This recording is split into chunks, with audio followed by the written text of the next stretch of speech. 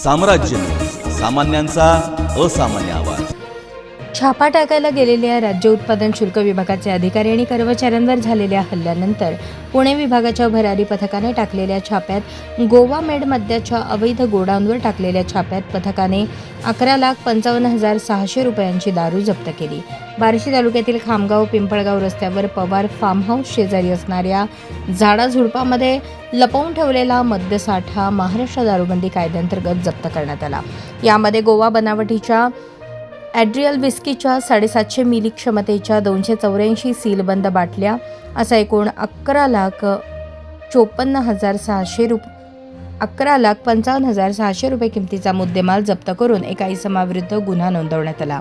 माढा तालुक्यातील उपळाई गावच्या हद्दीतील सोलापूर राज्य उत्पादन शुल्क विभागाकडून कारवाईसाठी गेलेल्या पथकावर 22 एप्रिल रोजी रात्रीच्या सुमारास अवैधरित्या मद्य विक्रीत गुंतलेल्या ढाबे मालकांकडून हल्ला झाला होता। त्यामध्ये अधिकारी आणि अंमलदारास जबर मारहाण झाली। या मारहाणीमध्ये जखमी अधिकारी कर्मचाऱ्यांना उपचारासाठी दवाखान्यात दाखल करण्यात आले होते।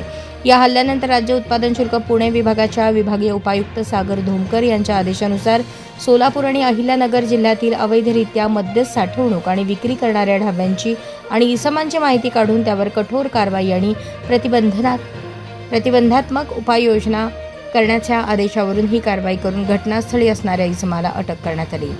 ही कारवाई विभागीय उपायुक्त सागर धोमकर यांच्या आदेशावरून निरीक्षक नरेंद्र थोरात यांच्या मार्गदर्शनाखाली दुय्यम निरीक्षक विराज माने, धीरज सस्ते, निदान निकम, सहाय्यक दुय्यम निरीक्षक अलीम शेख, जवान शशिकांत भट, राहुल तारळकर, प्रवीण पुसावळे, वाहन चालक झिंगळे यांनी पार पाडली। दुय्यम निरीक्षक निनाद निकम या गुन्ह्याचा अधिक तपास करत आहेत।